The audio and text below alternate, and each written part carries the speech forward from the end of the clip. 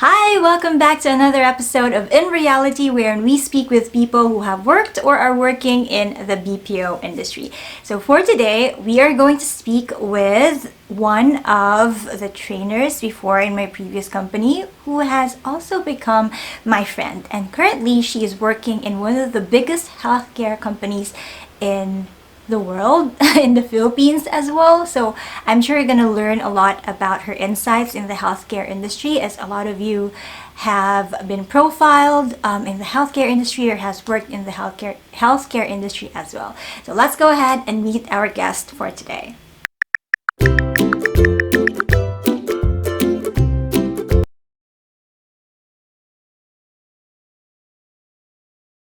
Hey everyone, welcome back to our episode. Let's meet our guest for today. Say hello to Eden. Hi Eden, how are you? Hi, Rai. Hello, good morning, everyone. Thank you so much for having me. Yes, of course, and thank you so much for agreeing to appear on my show, even on a Saturday morning after your shift. I am so honored that you're here, fresh from San Juanico Mactan Bridge. Yes. I'm so happy that you're here because it's been a long time since we've talked. So, of course, I want to hear your insights and share those with our audience today. But before that, I'd like for them to know a bit about your background and take us back to the time when you first applied for the job in the BPO industry. I know it's been a long time, but what were the highlights that you can remember? Tell us more about your Mhm. experience. Of course, sure. So, yes, hello, good morning, everyone. My name is Eden, and I've been in the BPO industry for a little over 11 years now. But mind you, I'm still young. I Yeah. started working young, so I just want to put it out there. Yes, yes. I started in a banking institution. The account that I was profiled to was in a banking institution, and it was kind of related to my course back in college. Probably that was the reason why the recruiter profiled me to that certain account.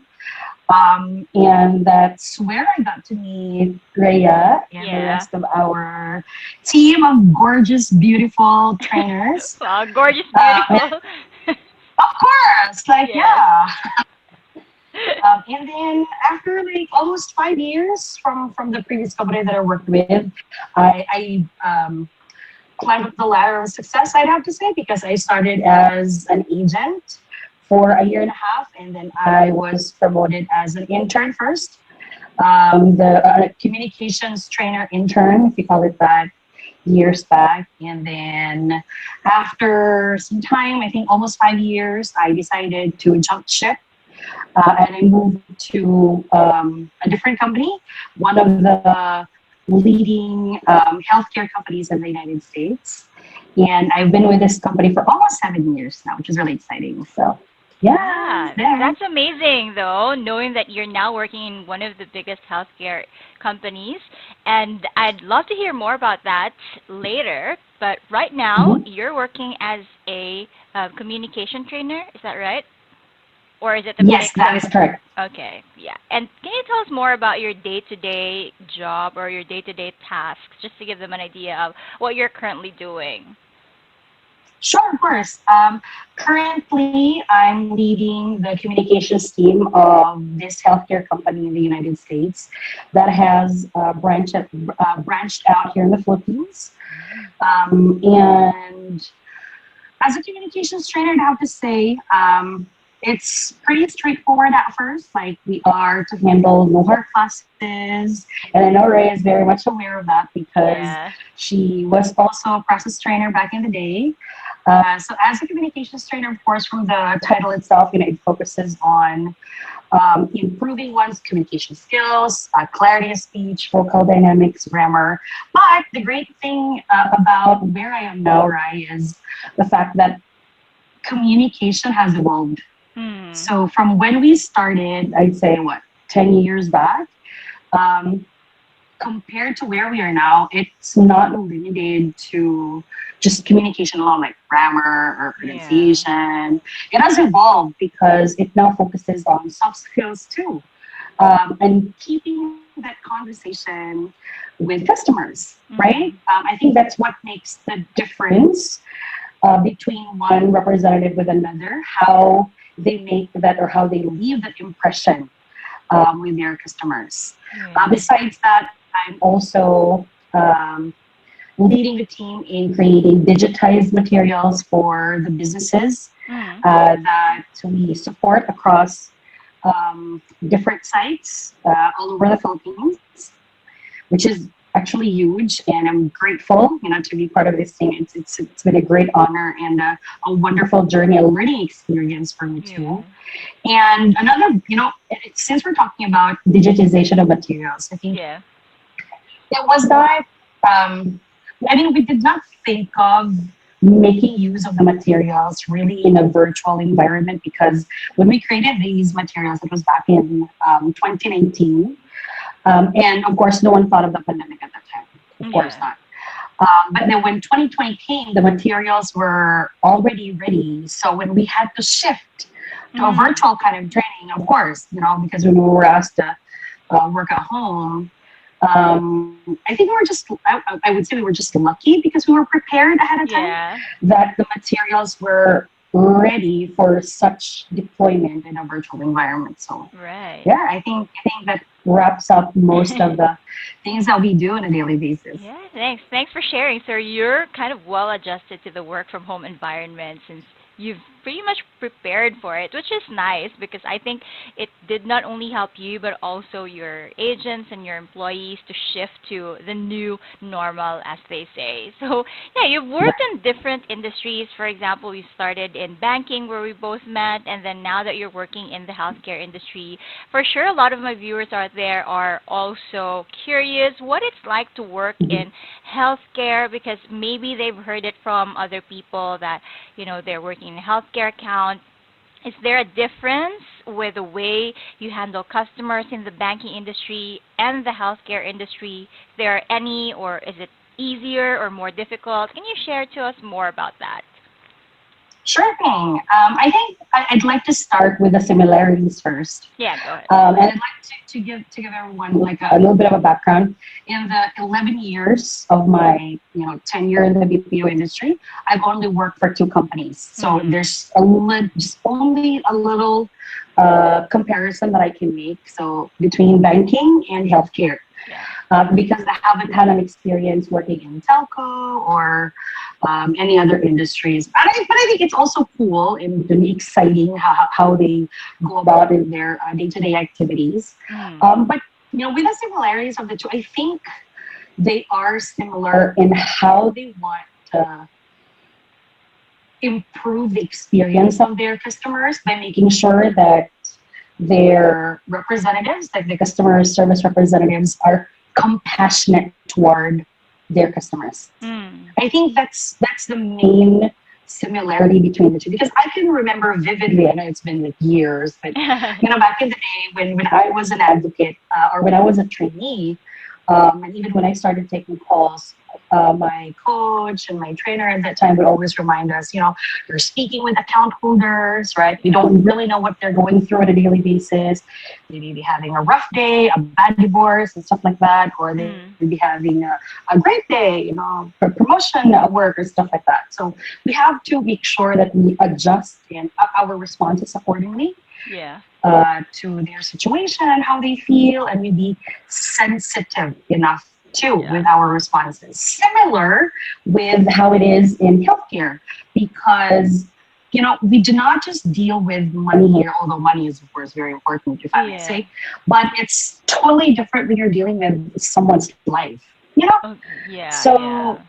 so when we talk about compassion, all the more, right? Okay. That you'd have to um, exhibit the essence of compassion toward your customers and of course your coworkers.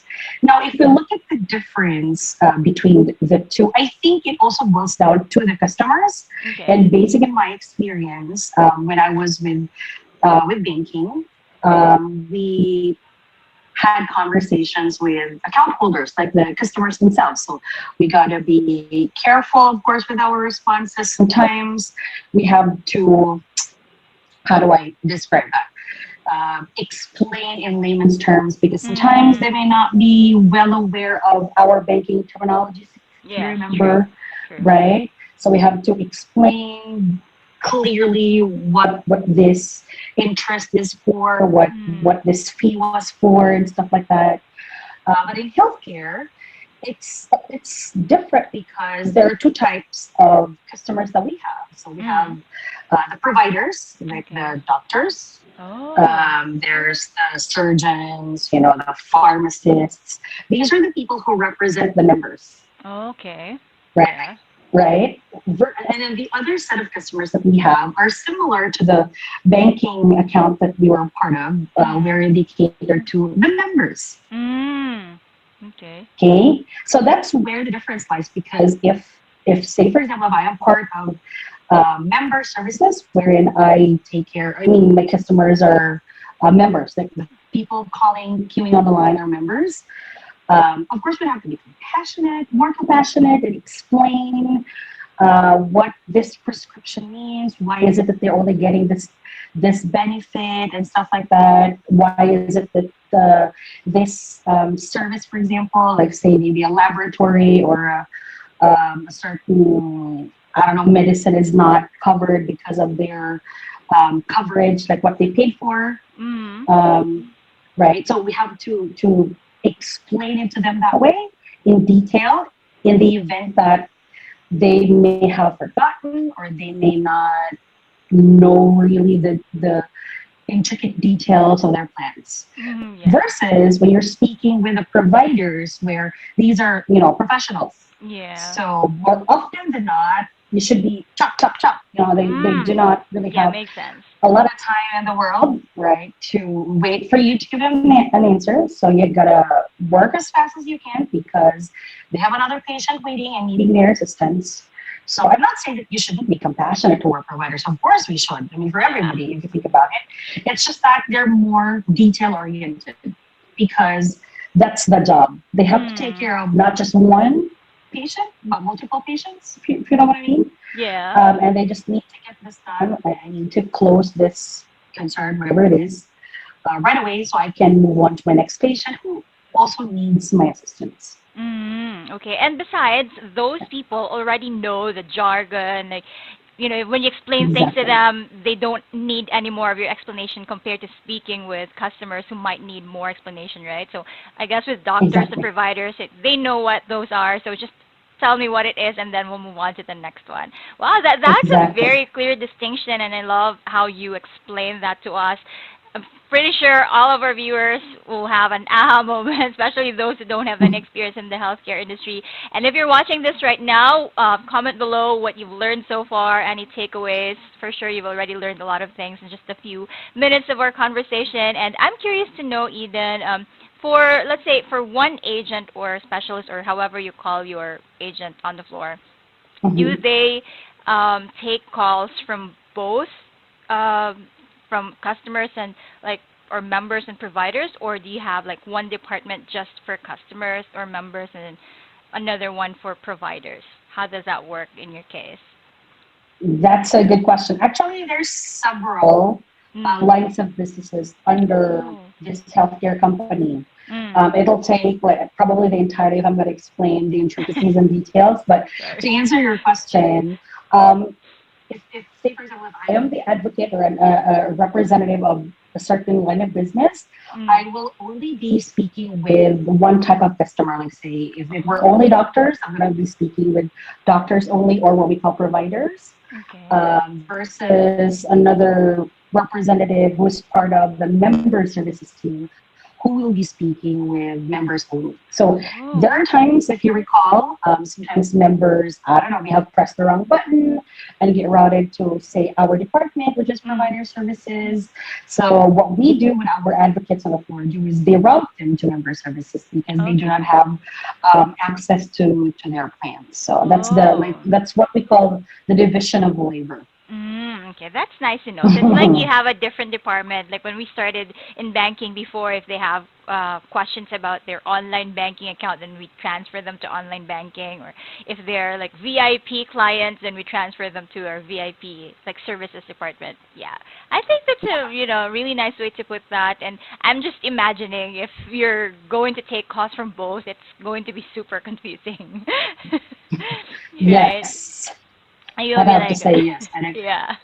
Yeah, and so speaking of taking calls, let's go back to that time when you were still taking calls. oh I my really God. remember, yeah, so it was a long time ago, but I really remember you were super energetic, super enthusiastic from the start of your shift until the end of your shift. I could not forget that because your team was the first team that I handled when I was starting as a mentor.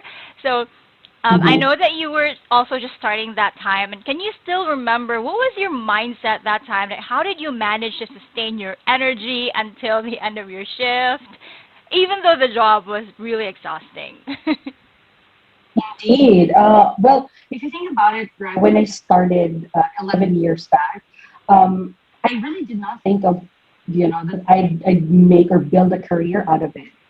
It Mhm. was really more of a means to an end. So the reason why I was happy and enthusiastic with my teammates at that time, or even while I was in training, was because I thought it's just gonna pass. I was just like living the moment, like seriously. Mm. In my mind, it was like in 6 months' time or a year tops, I'm leaving. So why not make the most out of it? You know? Yeah.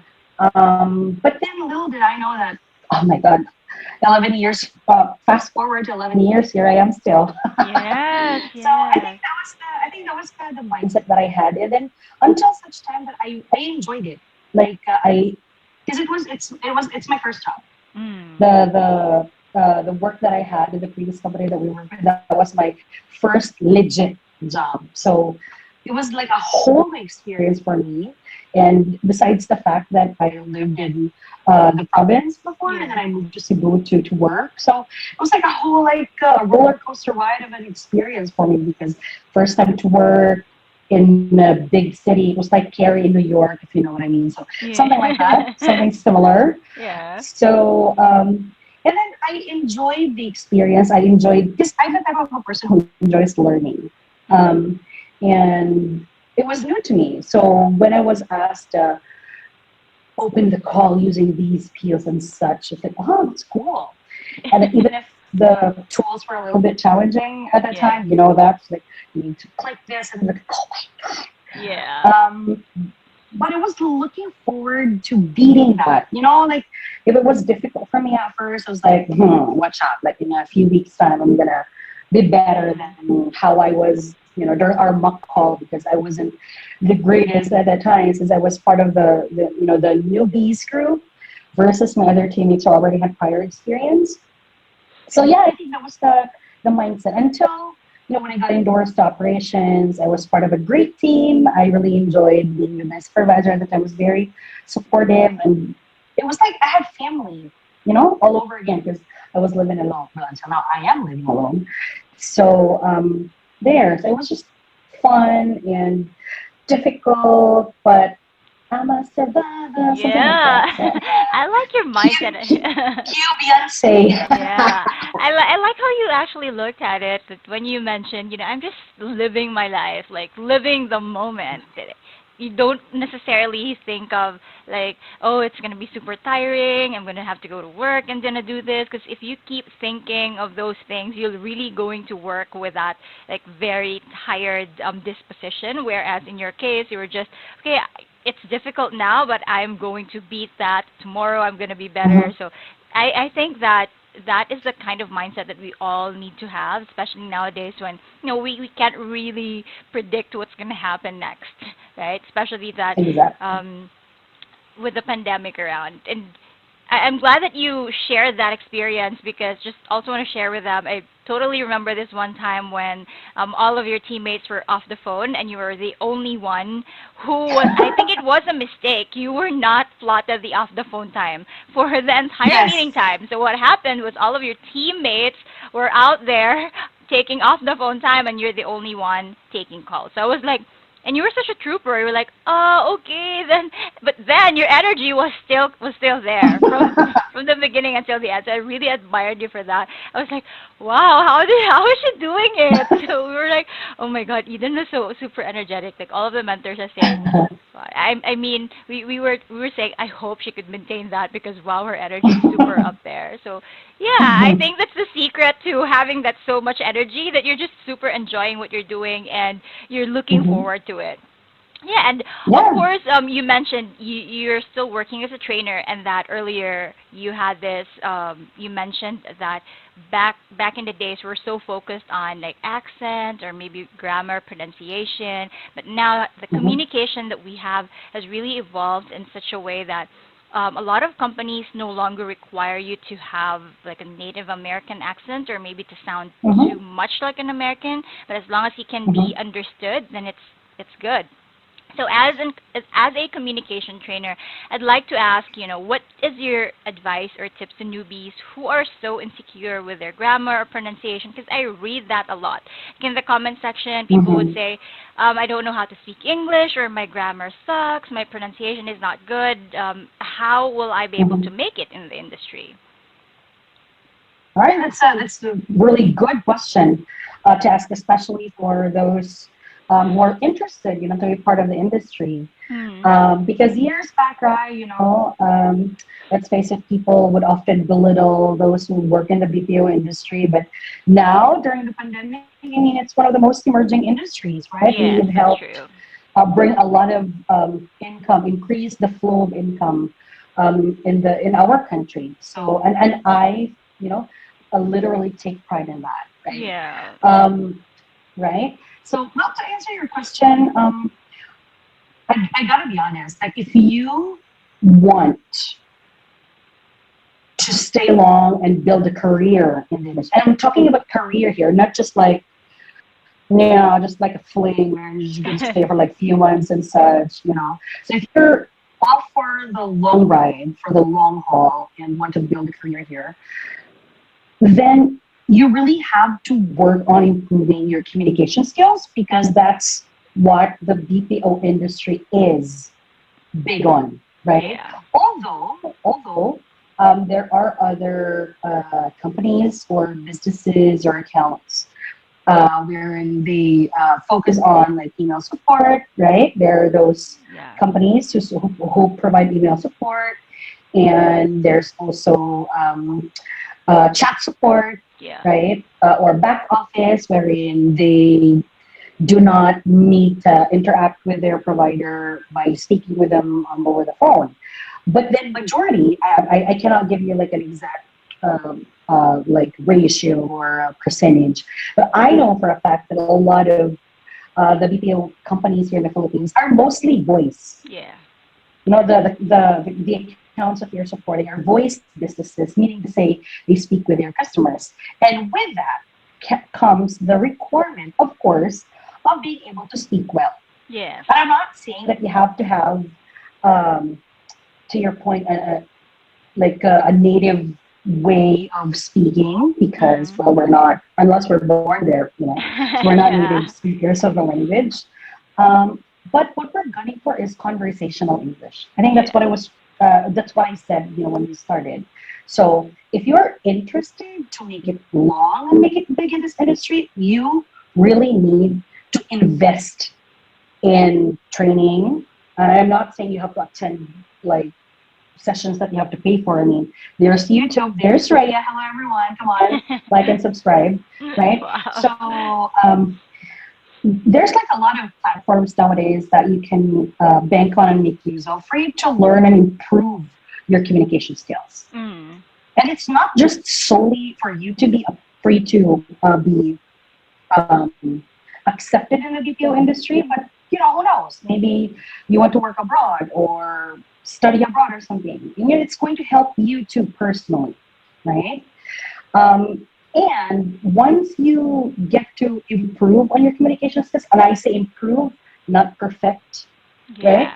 When you've seen the improvement that you can now carry a conversation with a non-Filipino, because let's face it, majority of our customers in the BPO industry are non-Filipinos. That's why being able to converse in a fluent manner, not in a perfect English manner, but in a fluent manner with a non-Filipino customer, it's really crucial. Otherwise, your customer will not understand what you were talking about. You will also have a hard time getting to what the customer is calling for, which is bad for business. I think nobody wants that, right? No employer would want that kind of experience of their customers. Yeah. So for us to have a win-win situation, as they say, happy employees, happy customers, happy stakeholders. So it's best to invest in yourself first, and then it's just eventually going to radiate. And you'd see from your interviews, and as you go through training, if you get accepted, you'd see your progression, and you'd be very proud of yourself. Yeah, that's true. And as you have heard from Eden, it's a work in progress every single time. It's not like when we entered the BPO industry, we were already speaking the language so well without any imperfections. But we really had to still improve ourselves, and the interactions that we had with our customers day to day and the people in our company also made us improve our language or improve our communication skills, right? And then I also want to ask, even though, let's say, the industry that you're in is healthcare, so there's so much to learn, is your company like open to accepting people who don't have experience in the healthcare industry, or do you just accept like people who are, who already have experience in healthcare? Oh yes, of course. Yeah, we Mm-hmm. do. There's a lot because again, the company that I am working for, I'm affiliated to now is diverse. We accept. I mean, it's a huge, huge company where there's like a lot of departments, businesses, sub LOBs. Mm-hmm. So there's definitely a place for everybody. Yeah. You just need to find your way through it for you to know your perfect fit. I have Yeah. to say. So you don't necessarily have to have that experience, because once you're there, you'll be trained anyway. Like Mm-hmm. what happened to us when we started in banking, we were not really experienced in the banking industry, Yeah. financial institution. We were like zero experience at all. But then, when we started there, we became experts because of the training, Yeah. and of course, we accepted the challenge of speaking with customers every single day. That's really how you will learn to get the feel of the job, and then you'll become an expert yourself. So thank you I so much agree. for sharing that, Eden. We've been enjoying our conversation so far, but we're going to have a quick commercial break to introduce our ebook giveaway, and then we're going to have a fast talk icebreaker and continue our conversation after. So it's time for our ebook giveaway. I'm giving away 3 copies of call center interview questions and sample answers plus insider tips ebook. All you have to do is comment your name, your username, or any name I can identify you with.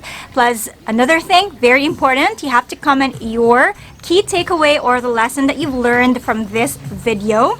At least just one. I'm sure you've learned so much already at this point of our conversation.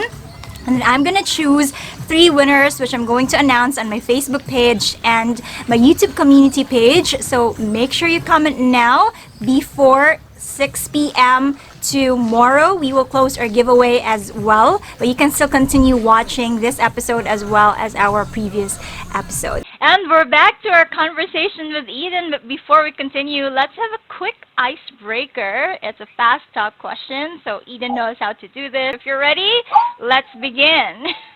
Let's start with team drinking or team eating? Eating, of course, without a doubt. Day shift or night shift? Graveyard night shift. Holiday off or double pay? Double pay. Yes. Office or work from home? Oh my God, that's difficult. I'm starting to enjoy work from home. But I still love working at the office. So yeah, work Oh. at the office. Cash or GC? Cash, it's easier. Late or absent? No, I'd rather be absent. Oh. I don't like being late. Well, that's, yeah, that's, one way to put it. Overtime before shift or overtime after shift? After shift, always for 11 years now. Wow. I know you're really big on overtime. Like I don't do overtime. Remember? Yeah. I know you're one of the like gahot. Gahot. So, we need money back then. So, I mean, until now, Yes. but we want it. So, coffee or soda? Uh, okay, soda. Although I'm not big in both, but okay, soda. Me too. Customer service or sales? Customer service. I'm bad at sales. Voice or non-voice? Oh, definitely voice. Oh, I you found really my love calling. voice. Yes. And our last fast talk question is, would you Oh my God. rather? Would you rather have a terrible boss but a great job, or a Mhm. great boss but a terrible job? A great boss. People stay because of good people around them. Everything Alrighty. else just follows. Alrighty, that's perfect. Thank you so much for participating. So let's go ahead and continue our conversation with Eden. I know that you also moved to Cebu to work, pretty much like me and probably a lot of our other teammates, because back then relocation was so big. The companies were looking at other provinces and other cities to hire people. And so I'd like to know how it's like for you being far away from your family, especially when you were starting, and what can you tell our viewers who might need to make that decision that, oh no, I have Mhm. to be away from my family to work? Uh, what's your advice to them there? Well, my experience back in the day was different because, just to give everyone a little bit of a background about myself, I'm an only child. So basically, I I got used to being alone, like Mm. literally. Mm. I only get to spend time with friends when I was at school or in the uni. But other than that, I enjoyed being at home. So when I moved out of of my parents' house, um, the how do I phrase that? Living alone or the detachment, Mm. from the parents wasn't as difficult, honestly, Okay. because I got used to it. Mm. What was difficult then was the household chores Okay. because I got used to my mom being there all the time. Like, back in the day, Cleaning I for just you. wake up. Yes, when I wake up, the food is already prepared. I just have to pick my stuff and go to school and rock it, and then do my extracurricular activities because I enjoy that back at school too. And then come home and teleserye with the mama because she enjoys it, and I kind of grew up with it, so I enjoyed it too. And Mm. then studies, sometimes kind of watch movies, and then sleep. That was the routine. So I kind of learned a little bit of household chores, but I'm not great at it. Mm. And this is me being honest. So I think that was for me, huh? Because others might think, oh, why didn't she feel bad being away from her mom, being away from her dad, and stuff like that? Mainly because I wasn't. I mean, I love my parents, of course I do, but I wasn't as attached, because most of the time I'm just in my room studying, Mm. reading, watching TV series and movies. So when I had to live alone, it was okay, Mm. except for the household chores part Yeah. where We really had to make an effort to reach out to our family, to our parents, and especially when we're working away from home. So, what can you tell our viewers who might like make that decision in the future that they have to start working from home? Not okay, working away from home rather. hmm that's okay. Well, to be honest, um, be, being away with family, and I'm not just talking about like from one block to the next, no, like Yeah. really far away. Um, like from one province to another, maybe, or from one Mm. country to another, maybe, right? It's really not for the faint-hearted. That I'd have to say right off the bat. I'm not going to sugarcoat that because that's the truth.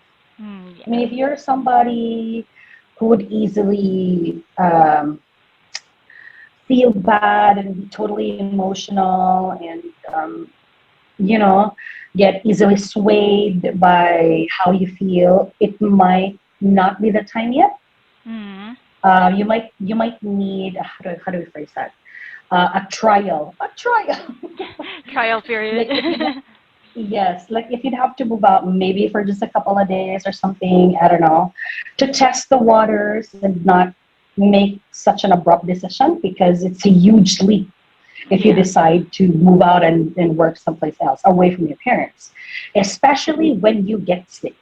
Yeah, that's true. Um, because back then, before I decided to be fit and healthy, um, back in 2019, not now because of the lockdown, but back in 2019, I was sickly. Yeah, but Mm. before I decided to go to the gym and take better care of myself, I was sickly like almost every other month, maybe I'd have a flu or what because I kill myself at work. I mean, well, I enjoy it, but yes, for myself. So that's one of the crucial things that they'd have to consider before making that decision or this decision of moving Yes, out.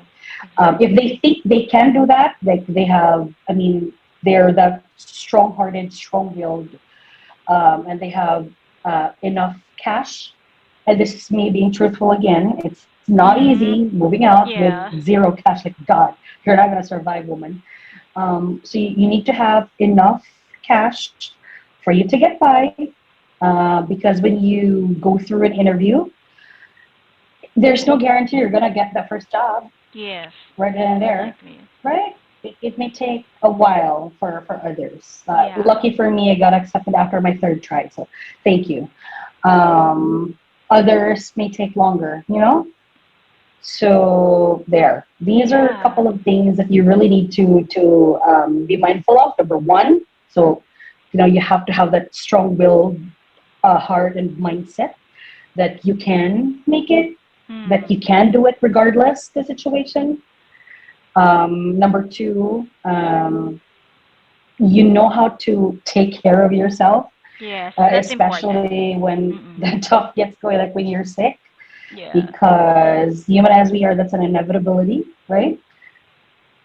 And number three, enough cash for you to get by until such a time that you get to land a stable, decent job. Yeah, that's true. Yeah. And I totally agree with that because, like you, when I started here, I also lived alone. And I had to take care of myself. It was just, I was just very lucky that time when I got hospitalized, that it was also the time when my mother flew to Cebu for a different occasion. But then I also got Mm-hmm. sick, so she was Mm-hmm. there that time. And I think it's also important to treasure your friends also while you're in Mm-hmm. the company because even though you live alone, sometimes you make friends, and then your really close friends would also be proactive of taking care of you, even if you don't really ask them. But if they know you're sick, they will go out of their way to help you. And as much as we Yes. can, we want to avoid being sick as well because we know that sometimes we really can't avoid that, especially with the line of work that we have, especially when you're starting, you're not used to the schedule, so maybe your Yeah. sleeping pattern is messed up, and then you really get sick in the process. So you Mm-hmm. just have to make sure that we follow all the minimum requirements for us to Mm-hmm. keep ourselves healthy. Yes, I think that's a Mm-hmm. very great point from you, Eden, especially now that maybe people are considering to move out of their homes to work somewhere else and maybe earn a bit more than what they usually do. And Mm-hmm. even though with that situation, there are also a lot of jobs nowadays that can be done from home. So if for Mm-hmm. people who cannot still afford financially and emotionally to move away from their homes, Mm-hmm. you can definitely look for work from home jobs, right? So online jobs. And I Yes. also have videos about those, so you can just search up my Mm-hmm. channel. And now to wrap up our conversation, Eden, what is your final advice to people who want to be part of the BPO industry who might still, be hesitant because of maybe they're not yet confident, or maybe they're not really good with communication just yet? All right, thank you. Well, honestly, I'd never imagined, I've never dreamt, and never thought of me being part of this industry back in the day because Mm. in our province it wasn't known. I didn't even Yeah. know that such industry exists. But now that it's booming, I mean, there's like a lot of people who would want to be part of the industry. I think the very first step that you'd have to do and work for is invest in yourself. Mm. That's number one. Because your greatest asset when you work in the BPO industry, and if you decide to move out, I think this is my way of connecting, the topics that we've covered so far, Yeah. is yourself. Right? You gotta invest in yourself emotionally, physically, mentally, psychologically, spiritually. Yeah. So it has to start from there. And once you have started, and I'm not saying you'd have to be stellar in Mm. all those, it takes some time, for you to get to self-actualization. Yeah. Oh, um, my hand is there. My hand is okay. right. So when you've already started doing that, and you've seen progression, right? Then why not start challenging yourself by taking maybe some online tests first? Mm. See how well you do. I mean, before taking on that interview, for example, wherein the reality is there could be hundreds or even thousands of applicants, Yeah. right? For you to have an edge, right? For that interview session that you'll have with your would-be employer to make a mark, right? So you gotta make sure that you yourself are ready, Yeah. because I don't think any employer would want to pick someone who just randomly stopped by just because they're just bored. Yeah.